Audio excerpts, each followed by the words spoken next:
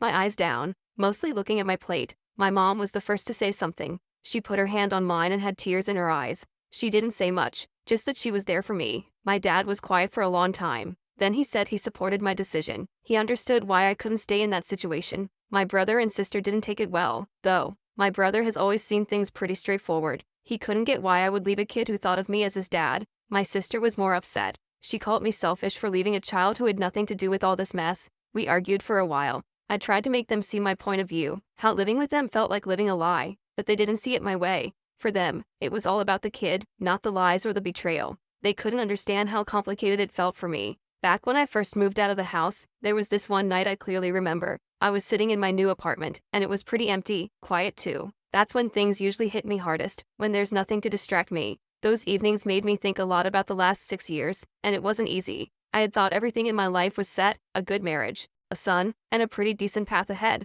But in that empty apartment, it felt like all of that was just something I made up in my head. I kept going over those 6 years I spent with my family. You know, birthdays, holidays, regular days, all of it. And it all turned out to be based on lies. It really got to me, not just the betrayal, but the time I spent. Time that's gone now. I used to have all these plans, like teaching my son to ride a bike, being there for his big moments. But those plans were built on something that wasn't true. I felt like I'd been robbed of my future and even the past. I'd think about my son, wondering how he was. Did he miss me? Did he understand why I had to leave? I really hoped he knew it wasn't about him. I was mad at my ex-wife, sure, but at myself too. Mad for being so trusting, for getting fooled, for not listening to my own doubts. But more than being angry, I was sad. It was like I was grieving for the life I thought I had and for who I was back then, someone who believed things would always work out. After I left my wife in the house, I soon had to deal with what people thought about my decision. Trying to keep a low profile didn't work for long.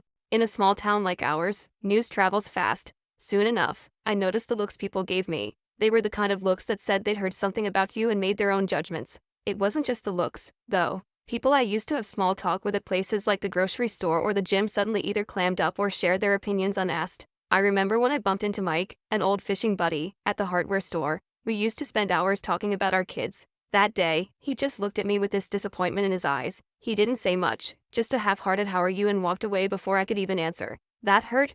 To him, I was the guy who abandoned his family. The parents at my son's school were another story. I ran into a few of them when I was collecting my things from the house. They didn't say anything to my face, but I overheard their whispers. They used words like irresponsible and poor kid. They obviously didn't know the whole story, but that didn't make it any easier to hear. Then there was the internet. Curiosity got the better of me, and I checked some community forums to see what was being said. That was a mistake. People were arguing about my actions, and while a few defended me, most were against me. They called me things like heartless and a bad father. I thought about replying, telling them the whole story, but then I decided against it. It wouldn't have changed their minds. What hit me the hardest was knowing that these people didn't have the full picture. They didn't know about the paternity tests or the lies. To them, I was just a man who walked out on a kid who called him dad. It's strange how fast people judge with only half the information. Dealing with all the judgment and gossip was exhausting. I started avoiding places I used to frequent. I even considered moving away to start over. But I knew that would just be running away from the problem, not dealing with it. Back in those days,